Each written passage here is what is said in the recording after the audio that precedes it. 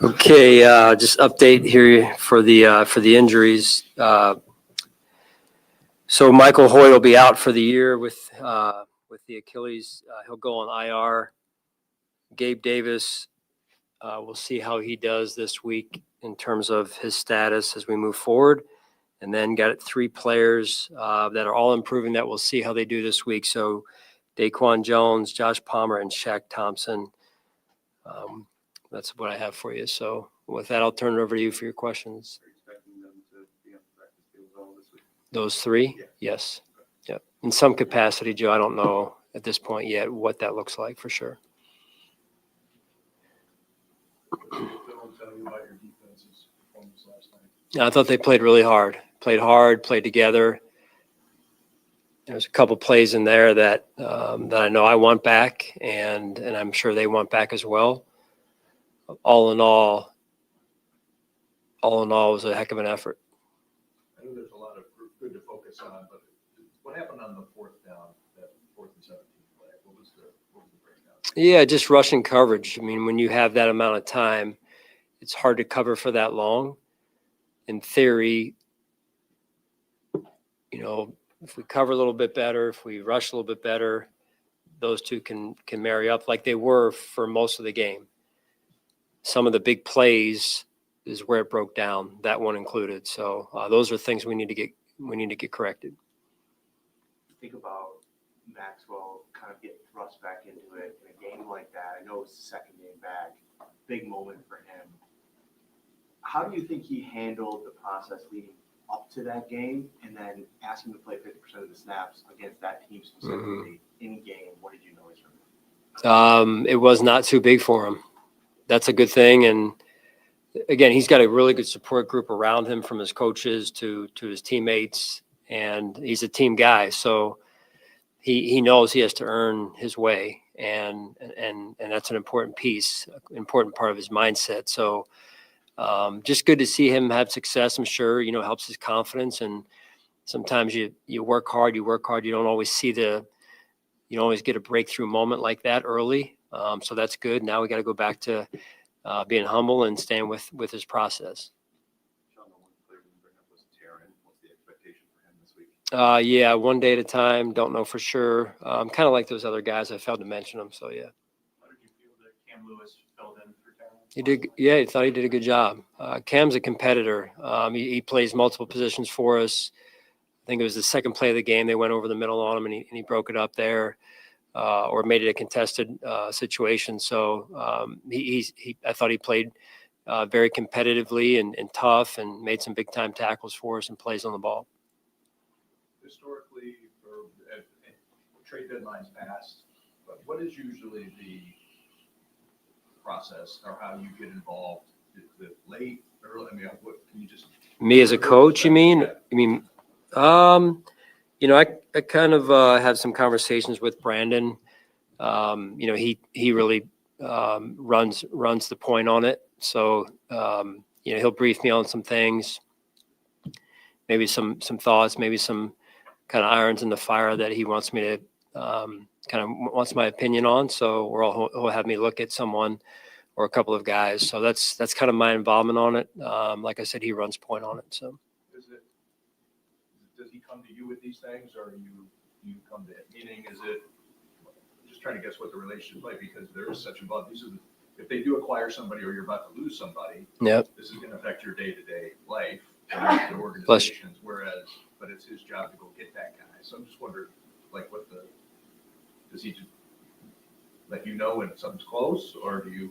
Well, I think over the years, what I've understood is works is I share my vision for the team, where I think we're at, where I think we could use some help, and then we back and forth in conversation style there, and then he does his work and with his staff as well, and they do most of the work naturally because we're game planning every week and whatnot. So it's I believe my job is to share where I believe our team is and what we need to do moving forward. So from there, it's really his kind of his stage, really. So.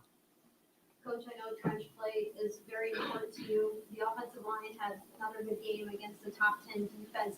How important is Aaron Cromer to your operation and what you do? Yeah, he's highly important. He's a ton of experience coaching offensive line, coaching on offense overall.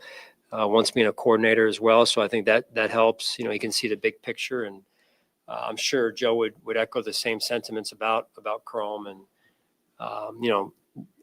quality coaches like that are hard to find. So it's been a great reunion, if you will, and with him and his family here, I've enjoyed like our family getting to know his family, and he's been a big asset to us. You mentioned going down last night how other guys would need to step up and that sort of thing. How do you feel about that group? Obviously, Joey and Greg had a big night last night, but how do you feel about the group behind them?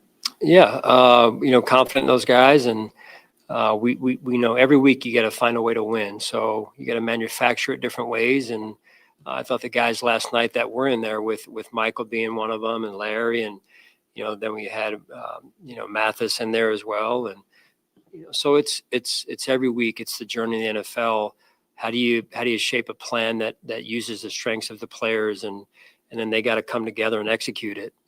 So the journey is the journey, and we've lost some guys, and so and some of those guys aren't able to come back too. So we've got to continue to try and figure this thing out to where we can, piece it together week to week and find ways to win. And I thought the guys did a really good job of that last night, staff included. How's Michael doing from a mental perspective of, coming back after his suspension, having limited time, and then being out for the season? How's he doing? Michael Hoyt, you talking about? Yeah, I mean, he's disappointed. He's, looked forward to this,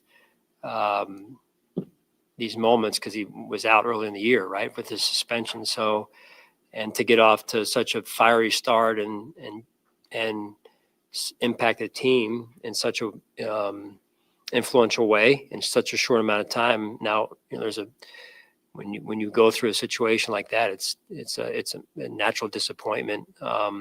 It's a shame. It really is. Never want to see anyone get hurt. Our team, another team, and so it's a hard job. And these guys put a lot on the line, and then there's this huge moment of disappointment. But he is as tough as they come, and it's important that we are there to support him all the way through this.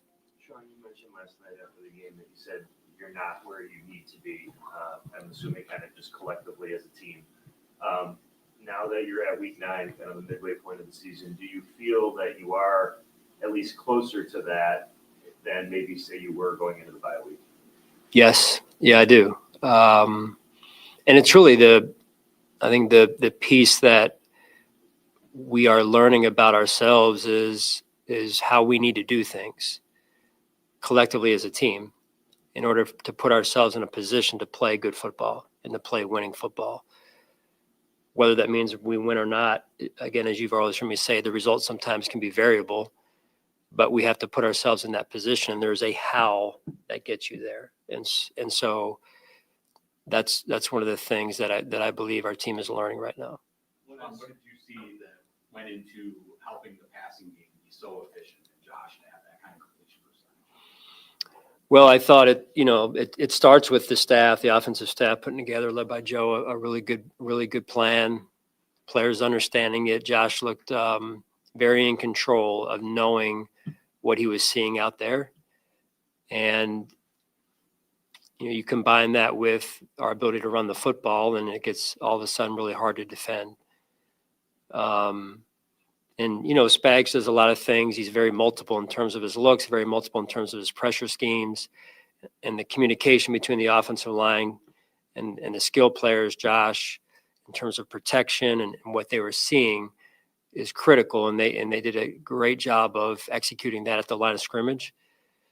So I believe that was a big time step for us in the right direction as well as an offensive unit. So a lot of work went into that through the week. And so now it's time to turn the page and be ready to execute that again. What has Jordan Hancock shown you between games to earn more of your trust and the defensive staff's trust? What do you think about how he handles some more reps? Yeah, it's exciting to watch these young players. I'm going through the defensive film and with the defensive staff and in the room and just watching players, we get a stop and players coming off the field, and you got Cole out there in the back end, you got Max, you got Jordan Hancock, some young guys out there that haven't played a whole lot of football, and you're excited for them because you see them and their excitement and they're having fun out there. And yet there's these other plays or moments where you're like, that's not exactly how we want it to look, but you get a chance to get them in and teach them, and they sit down and learn from it. And, again, it's all part of the kind of refining process as we go. And I'm excited about that. At the same time, we've got to continue to learn on the job here. I know you don't like to go too much into scheme, and you can tiptoe around this however you want, and I don't. No pun intended with your foot. Yes, exactly. Your defense hit Patrick Mahomes 14 times yesterday. You guys played a ton of dime with DBs on the field. Mm-hmm. How much did you have to kind of, for lack of a better term, have to go into your bag to have that kind of plan and execution? And how confident are you that, I don't want to say replicate it, but then do it again in the playoffs if you need the Chiefs again in the playoffs? One game at a time, I would say. That's kind of the general blanket statement. It's really trying to win one game at a time, though. It really is. And sometimes plans stay the same. Sometimes plans change. That's what makes this league so difficult, is people change week to week, and the challenge changes week to week. So, and sometimes your personnel, through injuries and everything, and what you have available to you, you may want to do something, but you don't have certain players healthy enough to do it. So you have to find another way. That's what I meant by, part of what I meant by saying we have to figure out a way to win every week. So it's a moving target, if that makes sense, but it's also part of the challenge every week that we as a staff look forward to. And I think our players do also, because these guys are raised by, continual challenges that are out in front of them every step of the way. And you saw our team respond to a pretty darn big challenge last night. You were asked about the defense, and you talked about the attitude. There was an emphasis or kind of a visceral reaction when you used the word attitude. Is that limited to your defense, though? Is this maybe an organizational or the entire roster? Like, you feel you're playing with your attitude or your identity is now coming around? I would say yes. I would agree with that. It's a collective mindset that the team is beginning to take on, and I think enjoy being kind of wired that way. So that's a good thing. That needs to continue, though, because winning is hard enough. Schemes are one thing, but how you do things it connects everything else that we're trying to do. Scheme, ball, the taking care of the football, all those things are connected through this identity of how we do things. John, we've asked a couple of times about Dorian Strong. Do you have any more clarity on his situation? I do have some more clarity. It's not good in terms of the reports and everything. So I don't want to get into where it may go, but it's not moving in the direction we would like it to at this point. But I'll stop there just out of respect for Dorian at this point. We've just been, he and I have had some conversations over the last few days, and I wish the reports were better at this point, but that's where we're at right now. So. Speaking of directions, TJ Sanders, I know another week here, we're approaching when he can maybe get back. How's he trending? Yeah, seems to be moving in a good direction. It's one of those deals where, sometimes as we get closer to being on the green light, if you will, I'll get more communication from the medical staff, from the trainer, Nate in this case. Right now, I'm not getting a whole lot from them, which means we're probably still a little bit in the middle of it, with, a week, 2, maybe 3. I'm not really sure yet, so I don't really have a better, more definitive answer for you. All right. Thank you, guys. Hey, John,